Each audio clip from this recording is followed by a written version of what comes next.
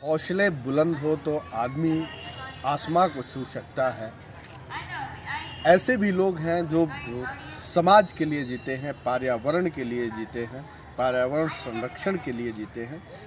अभी आज हम ऐसे 3 लोगों से मिल रहे हैं जिन्होंने अलग अलग क्षेत्र में जो है काम किया है। ये आप देख सकते हैं, अजय राय हैं जिन्होंने जल संरक्षण को लेकर के लंबे समय से काम किया है और स्कूल हो, कोचिंग हो, वहाँ जाकर के जल के महत्व को बताना। हमारे साथ उमेश जी हैं जो कि लंबे समय से पर्यावरण को लेकर के लोगों को सचेत कर रहे हैं और अगर ऐसा कहा जाए तो सैकड़ों पौधे लगा चुके हैं अब तक और लोगों को प्रेरणा। तीसरे जो है हमारे साथ रक्तदाता जिन्होंने 40+ मतलब वो आप मान के चलिए कि अभी तक ये 50 दफ़े जो है लोगों की ज़रूरत पर अपना रक्त दे चुके। ये तीनों लोगों को जो है आज कर्मवीर सम्मान से भी महर्षि विश्वामित्र फाउंडेशन के द्वारा सम्मानित भी किया गया और हम इनसे बात भी करेंगे और इनका क्या संदेश है ये भी जानेंगे। सबसे पहले हम आपसे बात करते हैं, सबसे पहले अपना परिचय बताइए। मैं उमेश गुप्ता रोनियार, छठिया पोखरा डुमराव सामाजिक कार्यकर्ता हूँ, प्लस रेड क्रॉस सोसाइटी का मैं आजीवन सदस्य रहते हुए कोषाध्यक्ष पद पे हूँ। अभी मैं व्यस्ततम के कारण कोषाध्यक्ष पद से त्याग पत्र दे दिया हूँ और मैं पर्यावरण का कार्य जो है अनवरत 25 वर्षों से लगभग करते हैं। अच्छा, अभी तक आप कितने पौधे लगा चुके? हमको गिनती तो नहीं की है मगर 500 करीब पहुंच जाएगा, 500 के करीब। हाँ। अच्छा, क्या आखिर आपको क्यों लगा कि हमें पौधा लगाना चाहिए?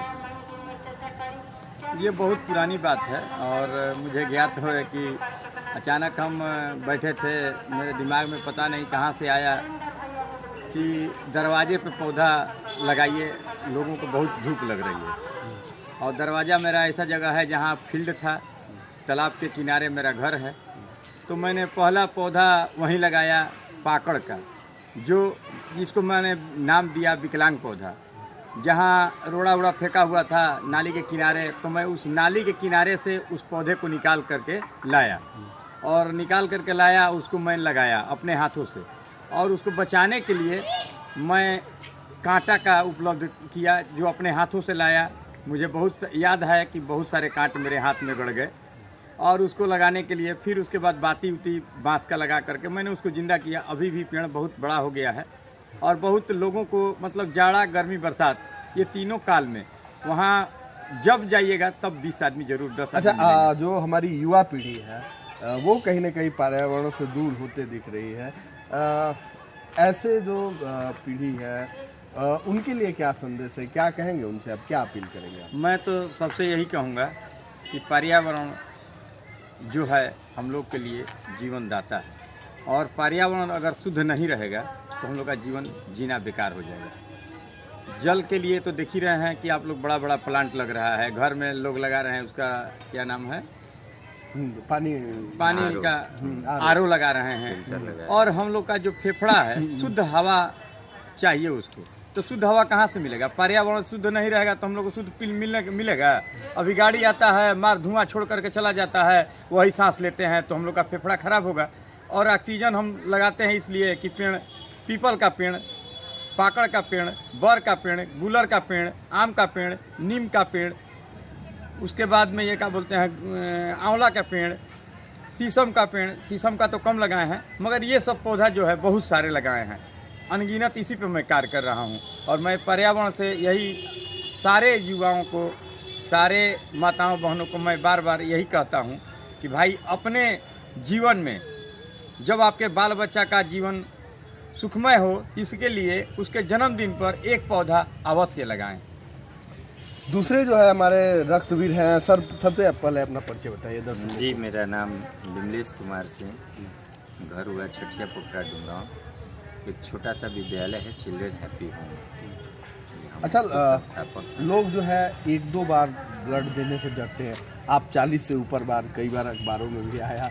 जो है क्या आपने कैसी ये सर जी बात ऐसी है कि जब हम लोग पढ़ते थे, जिस समय हम इंटर किए थे, उस समय हम लोगों को उतना ज्ञान तो नहीं था, लेकिन पढ़ाई के क्रम में हमने ये जाना कि हमारे शरीर में कुछ ऐसे भी ब्लड होते हैं, ब्लड सेल्स होते हैं, जो कुछ दिनों के बाद बर्बाद हो जाते हैं। तो हमारे दिमाग में आया क्यों नहीं इसका सदुपयोग किया जाए।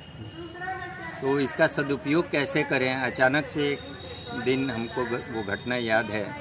एक मरीज़ थे, तो उनको डॉक्टरों ने कहा कि इसको तत्काल ब्लड की आवश्यकता है, और उसको तत्काल ब्लड कहाँ से आए। तो लोग घबराहट में जो ले करके गए थे उनको, वो सारे लोग पीछे हट गए। अंत में हमने कहा कि ठीक है, जब ये ब्लड के वजह से मरेगा तो मेरा ब्लड ले लीजिए।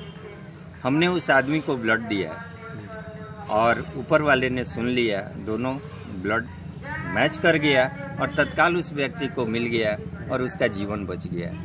यहाँ से हमारे अंदर इतनी बड़ी लालसा जगी कि जब हमारे ब्लड देने से किसी एक व्यक्ति की जान बच सकती है, तो क्यों ना हम पूरे समाज में जहाँ ज़रूरत हो वहाँ हम पहुँच करके लोगों की जान बचाएं। अगर किसी को ब्लड की ज़रूरत है, मैं आज भी कहता हूँ कि अगर किसी को ब्लड की ज़रूरत है तो हम हैं, आप हमारे साथ आइए, हमारा ब्लड लीजिए और अपना जीवन सुरक्षित कीजिए। तीसरे जो हैं अजय राय हैं, जल संरक्षक हैं। ये कैसे आपके दिमाग में आया कि पानी का जो है डोटी लेके आप घूमते रहते हैं और जहाँ पानी गिरता मिलता है वहाँ लगाते हैं? बिल्कुल। सर्वप्रथम BDM न्यूज़ के जितने भी दर्शक हैं उनको मेरा प्रणाम। एक्चुअली मैं किशनगंज ITI का एग्ज़ाम देने जा रहा था। वहाँ पे स्नान करने के लिए, शौच के लिए पैसा लगता था, उचित पैसा लगता था। तो वहाँ पे तो मेरे को जल का महत्व समझ में आ गया। और सेकेंड इंसिडेंट हुआ जब मैं भोजपुर मार्केटिंग करने जा रहा था। तो वहाँ पे मेरे को बहुत ज़ोरों की प्यास लगी, चूँकि भीषण गर्मी भी थी। तो मैं उस दुकानदार से पूछा, तो उन्होंने बोला कि अभी पानी नहीं है दुकान पे, आप सामने वाला चापाकल से जाकर देख लीजिए। तो वहाँ पे गया तो वहाँ पे भी चापाकल टूटा हुआ था। फिर भोजपुर से डुमरांव आने के क्रम में मेरे को एक नलका दिखाई है जिसमें टूटी के अभाव में पानी बहुत गिर रहा था। यह बात मुझको बड़ी खलकी, चूँकि मेरा गला से प्यास ये हो रहा था, तो मेरे को यह बात अंदर से बहुत चुभ गई। उसी दिन से मैंने प्रण ले लिया, संकल्प ले लिया, ठान लिया कि छोटे स्तर पर ही सही, लेकिन पानी की बर्बादी को रोकने के लिए एक प्रयास और पहल जरूर करूँगा। उसी दिन से मैंने ठान लिया, जहाँ भी मुझे नलके में टोटी के अभाव में पानी की बर्बादी होते दिख रहा था, मैं नलके में टोटी लगा पेयजल की बर्बादी को रोकता था। जहाँ भी सूचना मिलता था, लोग सोशल मीडिया के माध्यम से भी सूचना देते थे, तो मैं जाकर फ़ौरन उसे दुरुस्त करता था। यही नहीं, जो आप सरकारी पाइपलाइन देख रहे हैं, यहाँ पे भी मैं देखता था कि टूटे फूटे होने की वजह से हज़ारों लाखों लीटर कहें तो रोज़ाना पानी की बर्बादी हो रही थी।